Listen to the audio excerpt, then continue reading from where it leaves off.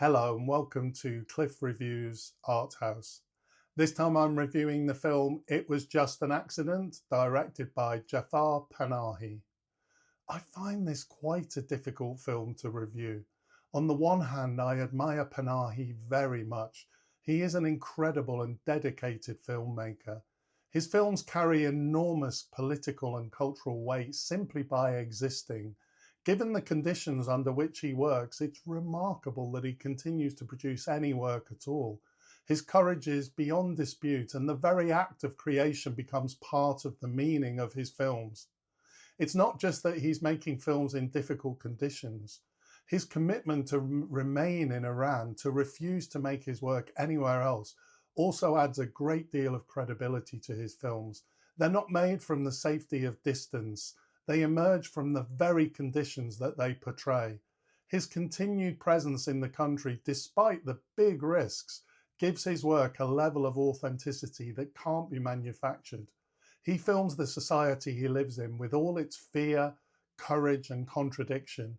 His political critique feels grounded rather than symbolic. He's standing inside the same reality as the people whose stories he tells, and that commitment deepens the moral force of his work. I've seen two of his previous films. I loved Hit the Road. I liked Taxi Tehran less, but I still enjoyed it. In the case of It Was Just an Accident, I also didn't really love it. There's a lot to like about it.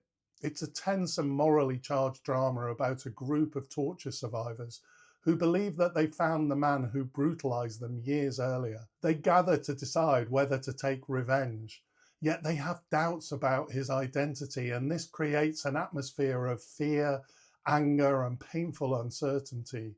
The film builds towards a final confrontation that tests their desire for justice against their remaining sense of humanity. It is both a political statement and a psychological study. I saw an interview with Panahi where he said that he's interested in what would happen after the regime falls. Will the violence end or continue? And in a way, that's what our five main characters have to decide. It's a really interesting idea, and I was engaged with it throughout.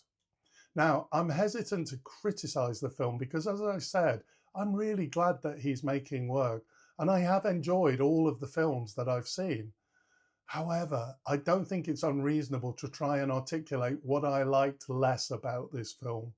The structure of the film is essentially played out between the five torture victims as they go on this caper to establish whether this is their captor or not. For me, the whole thing felt closer to a stage play than a piece of cinema. Although the characters move between different locations, these changes add almost nothing.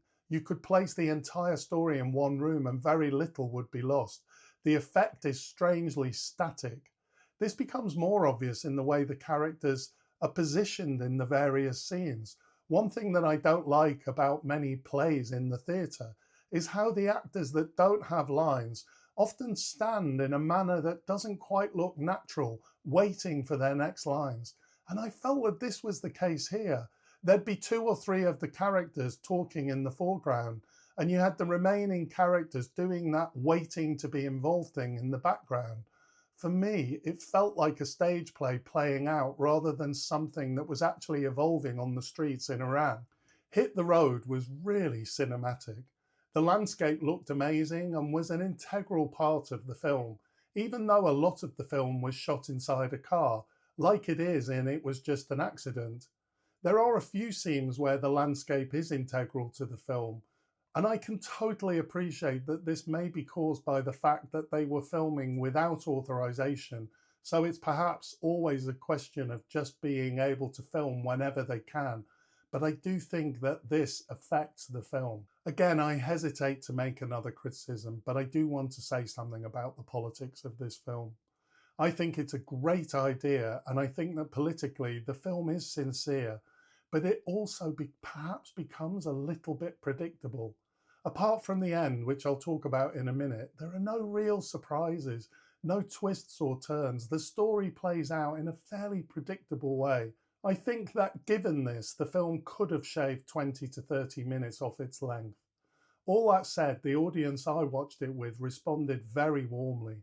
There are moments of humour in the film, and people laughed multiple times. The film clearly resonated with many viewers. But I have to say, if I strip away the context and judge the film purely on its own artistic terms, I'm less convinced. The staging feels limited, the politics feels familiar. It is a serious and thoughtful work, but as cinema, it falls short of what it could have been, I think. Now, I'm going to say something about the ending. Not a full-on spoiler, but switch off if you haven't seen the film yet and don't want to know anything about the ending. So, the ending has been widely praised for its tension and emotional force. The sound of the creaking leg, the silence, the view of our protagonist with his back to us, and the gradual fading of the steps create an atmosphere of genuine suspense. For a moment, we're held in a place between fear and hope, between continued violence or peace and resolution. And we get our answer, which is quite satisfying. I have really mixed feelings about this ending. On the one hand, it is a dramatic ending. Yet while I enjoyed the tension of it, I also found the scene strangely self-conscious, almost too composed. It has the shape of a perfectly crafted dramatic moment, the kind of conclusion a stage play might build towards. And for me, that precision perhaps reduced its emotional authenticity. It is powerful, but it's powerful in a way that feels a bit contrived. The film could have ended with more ambiguity, I think, by not having that ending. It's interesting because I've heard a number of people saying that this ending is ambiguous, that the final scene is a refusal to offer closure. I feel that it's not so ambiguous. The victims don't take revenge, and Pegleg chooses not to react for the way that the victims have treated him. Peace is in fact restored. So, although in the moment of watching the ending, the film has the appearance of ambiguity, the pieces fit together when thinking about it afterwards. It resolves the dilemmas in a quite straightforward way, although there is enough openness that we're invited to decide how we feel about that outcome. One small detail in the film that stayed with me was the presence of crows.